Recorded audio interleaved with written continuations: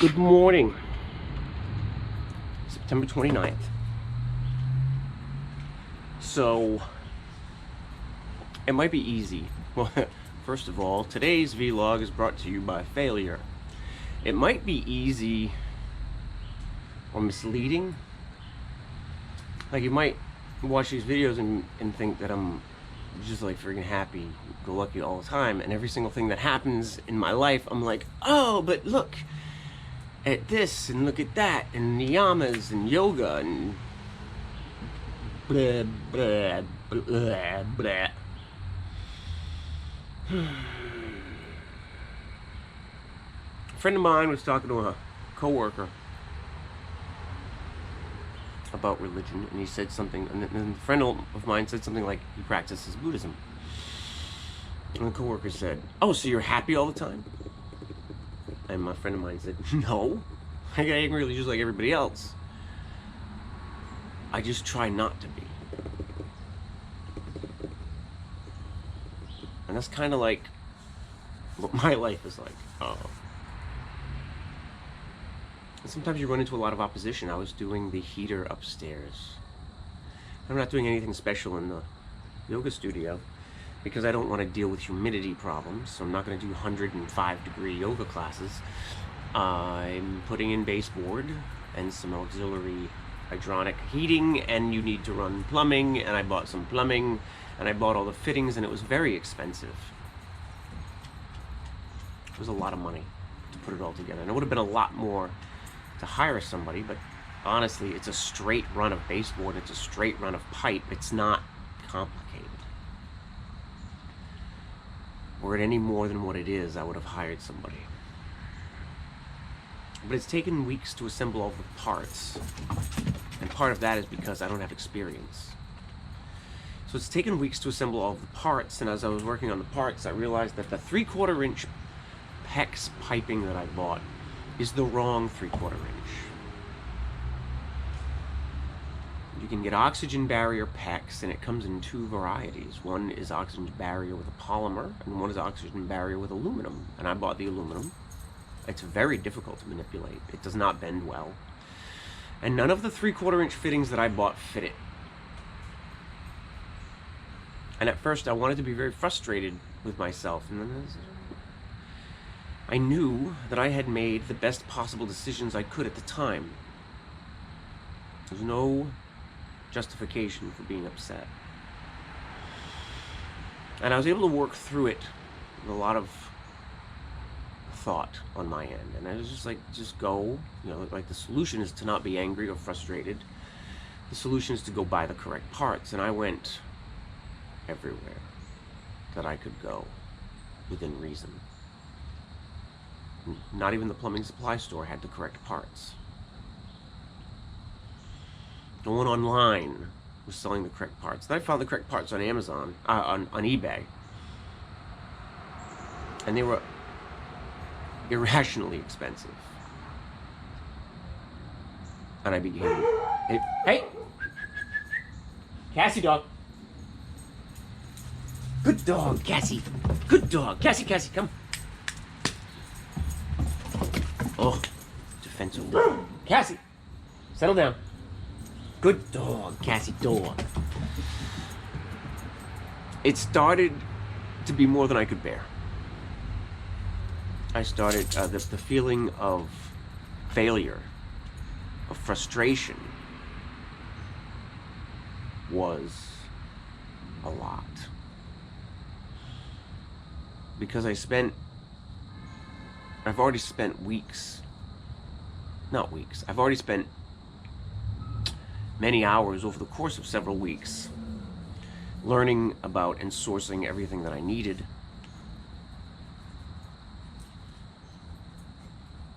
And now I had to learn about and source something new. And I had set a deadline for myself to get the room painted and get the heating system put in the month of September. And the reason I did that was very important is because in the previous 10... Cassie dog! In the previous 10 years, I did not set deadlines for myself. And nothing got done up there. This year, every deadline I've set for myself has been missed because my deadlines and the work that I'm putting before them are way too much. And so I said, September, I'm going to paint the room and I'm going to get the plumbing in. And I almost did it. And I was thinking, I have to order all these parts. It's going to take weeks and weeks for these parts to come in. I got to order them from 10 different people. No one person had everything I needed. And the failure of yet another deadline, even a deadline that should have been easily attainable, should is a key word in there. I mean, I had 30 days to do this, and I didn't get it done, and I was despairing, and I wasn't spending my time well, I wasn't budgeting my day, I wasn't putting effort where it needed to be. It was a lot. I was feeling pretty dark about the whole situation. And yeah, it was going to get done at some point, and a year from now it won't matter. But a year from now isn't now. Now is now, and now I was very unhappy.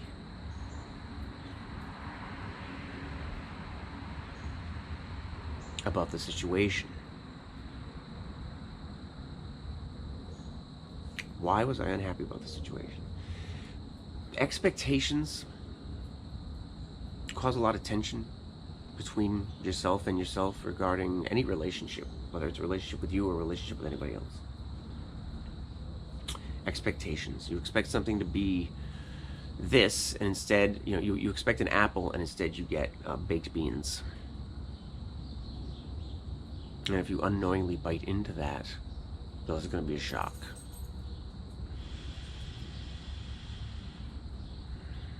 What did I do about it?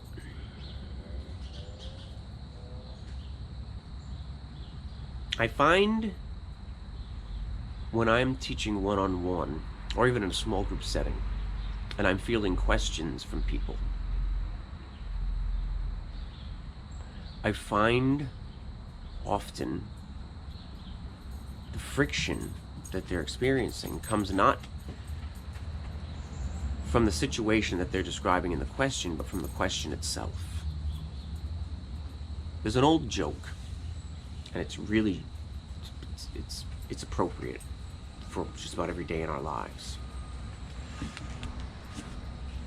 Doctor, my arm hurts when I twist it like this. The doctor says, well, I know how to fix that for you. Don't twist it like that. And people laugh at that, but it's a question of expectations, isn't it? First of all, there's so many expectations to talk about here. The person in the joke is expecting the doctor to have some magical fix. The person in the question is also expecting themselves to be moved, be able to, their body to move exactly the way they want it to move anytime they want it to move it that way. They're expecting it not to hurt when they do that. They're expecting that their requirements upon themselves is reasonable. And yet, none of those things are true. And I find that happens a lot in a lot of places when I'm teaching one-on-one or in a small group. People universally, myself included, think about yoga and, to another degree, life and everything that it encompasses, which is a lot, to be outcome-based.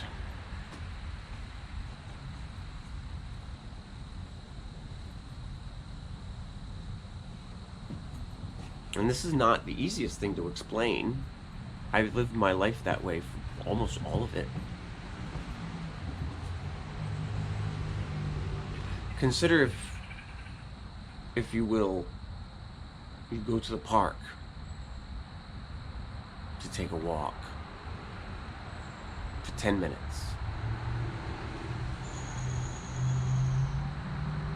But why is it difficult to explain?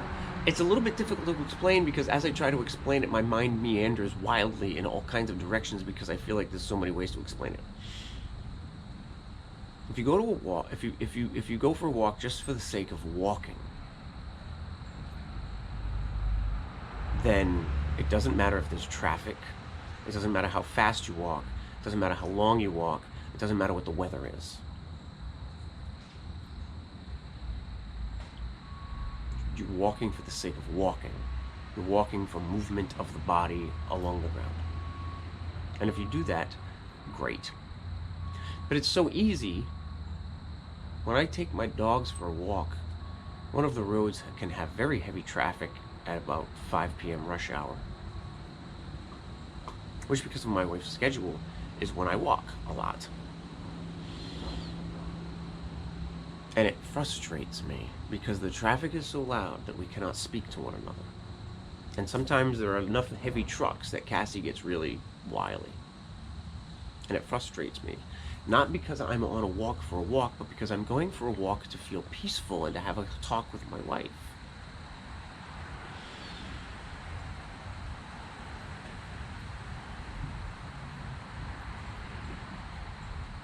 When I was in the service, sometimes the chow truck would get to us at 10 o'clock at night for dinner, because we were so far out in the boonies.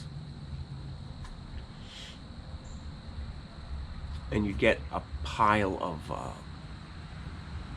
like potatoes au gratin and pepper steak, and it's ice cold.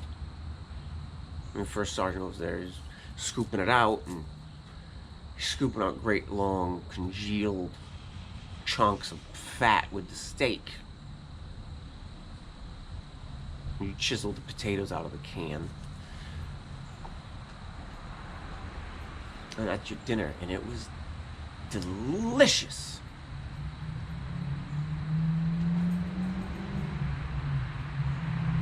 Not because we were expecting a gourmet meal. It certainly was not a gourmet meal. Because it was food. And we needed food. And the expectation was to get calories into our bodies. It was very cold where we were posted, or where I was posted, and we were outside for a long, long time every month with no cover, just our clothes, really, and whatever we were carrying. And you needed calories, and your body knew you needed calories, and you would get that nasty, congealed, fatty pepper steak, overcooked. I hated green peppers at the time. Still not crazy about them. You ate it. You washed it down with some shitty iodine treated water, or whatever the hell it was that we had for potable water. Potable? Drinkable. As a matter of expectations,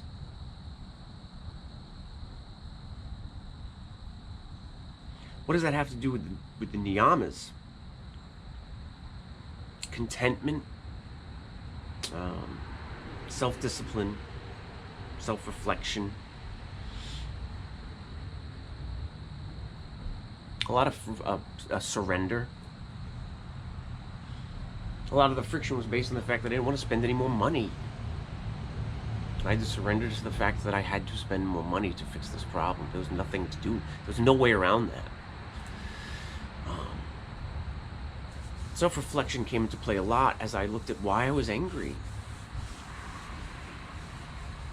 Contentment with having the opportunity to build a studio, albeit not in the time frame I wanted it in.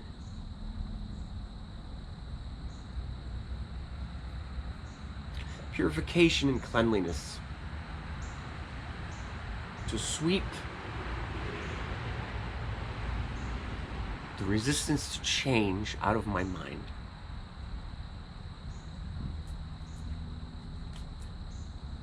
To sweep the frustration and friction out of my mind. To sweep the expectations out of my mind. The expectation is to get the heater in. Period. Not to get the heater in a certain amount of time. Not to get the heater in with a certain amount of equipment or whatever. It doesn't matter. The point is, I was going for a walk and I was expecting one thing but getting something else. I was putting the heater in and I wanted it in under a certain amount of time, and I wanted it in a certain way because that's what I had already bought. And as I reflected upon all of these ideas, it occurred to me that if the problem is getting fittings for the aluminum packs, then get rid of the aluminum packs. So I went and I sourced and I got polymer oxygen-free packs. And I didn't have to special order it. And I picked it up last night and all of the fittings fit. And I'm probably going to get 100% back on schedule today with the heaters.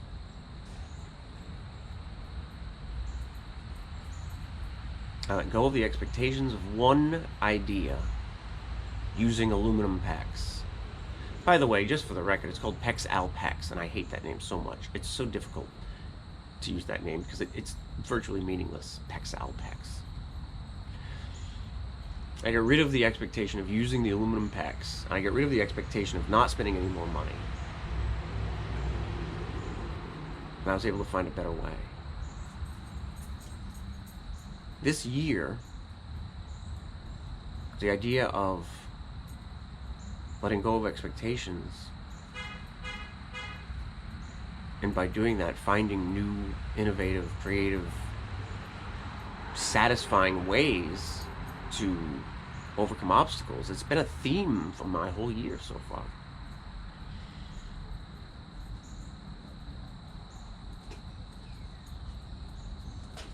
So if you're facing something that's like really daunting, if you're running at a brick wall and you just can't climb over it and you can't smash through it, maybe you can go around it. Maybe that's not even the right direction. Maybe go in a different direction.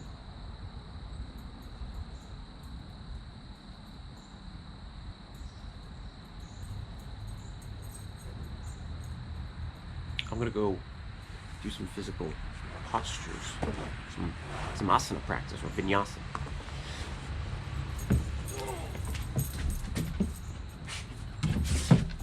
Also, regarding physicality, Monday, that's not for you. Do not eat grapes.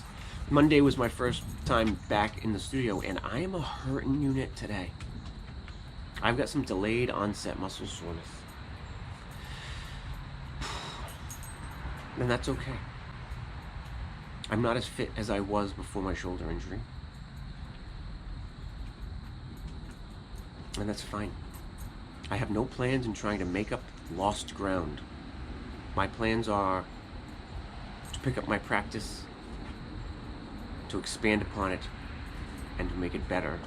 And wherever I go with that is where I go.